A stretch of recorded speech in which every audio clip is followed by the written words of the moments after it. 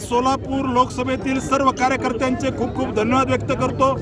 अतिशय भव्य दिव्य या ठिकाणी स्वागत केलंय आणि भारतीय जनता पार्टीचा एकंदरीतच पूर्ण लोकसभेमध्ये सगळ्या वाड्या वस्त्यावरती खेड्यापाड्यामध्ये हा आवाज जो आहे, हा इथलं जे स्वागत आहे हे या ठिकाणी सर्वसामान्य कार्यकर्त्याचं केलेलं स्वागत आहे, एका सामान्य परिवारातून आलेल्या कार्यकर्त्याचं स्वागत आहे। त्यामुळे मी पार्टीच्या देवतुल्य कार्यकर्त्याचं खूप खूप धन्यवाद व्यक्त करतो।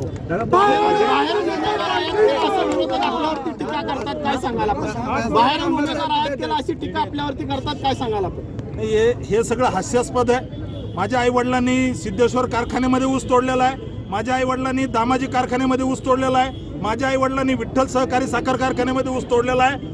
त्यामुळे बाहेरचा आणि याचा काही संबंध नाही आहे। मी या जिल्ह्यातला आमदार आहे, भारतीय जनता पार्टीचा आमदार आहे। ज्यावेळेस माननीय सुशीलकुमार शिंदे साहेब करमाळ्यामध्ये जाऊन निवडणूक लढले त्यावेळेस त्या ठिकाणी बाहेरचे नव्हते, ते दक्षिणमध्ये जाऊन निवडणूक लढले त्यावेळेस ते बाहेरचे नव्हते। सुशीलकुमार शिंदे साहेब त्या ठिकाणी मध्यमधून निवडणूक लढले त्यावेळेस बाहेर नव्हते, उत्तरमधून लढले त्यावेळेस बाहेर नव्हते।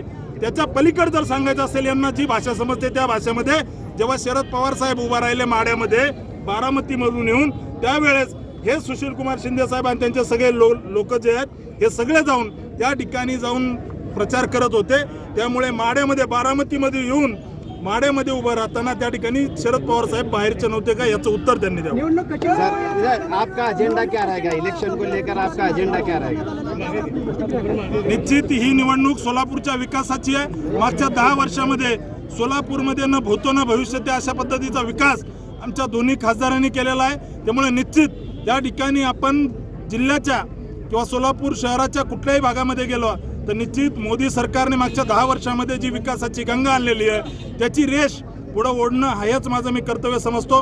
आणि पूर्ण लोकसभेच्या कानाकोपऱ्यामध्ये मी निश्चित या ठिकाणी सांगतो, जिल्ह्याचे सर्व प्रश्न सोडवण्यासाठी आम्ही सर्व मिळून, सर्व या भागातील सर्व लोकप्रतिनिधी आमदार या सगळ्यांच्या खांद्याला खांदा लावून त्या ठिकाणी या जिल्ह्यातील एक सामान्य परिवारातील एक ऊसतोड कामगाराच्या परिवारातून आलेला मुलगा म्हणून त्या ठिकाणी माझ्या आईवडिलांनी इथं ऊस तोडलेला आहे आणि मी निश्चित सोलापूरकरांची सेवा या ठिकाणी सालगडी म्हणून करेल हे मी या ठिकाणी आश्वस्त करतो। सर, आप आने के बराबर टिप्पणी करत असताना त्यांनी शिलक्या भाषेमध्ये टिप्पणी केलेली आहे। इसके बारे में आप क्या कहेंगे? येत्या 40 दिवसात माझा त्या ठिकाणी ताईंना प्रश्न आहे, जेव्हा सुशीलकुमार शिंदे साहेब करमाळ्यात लढले त्यावेळेस ते त्या ठिकाणी उपरे नव्हते का?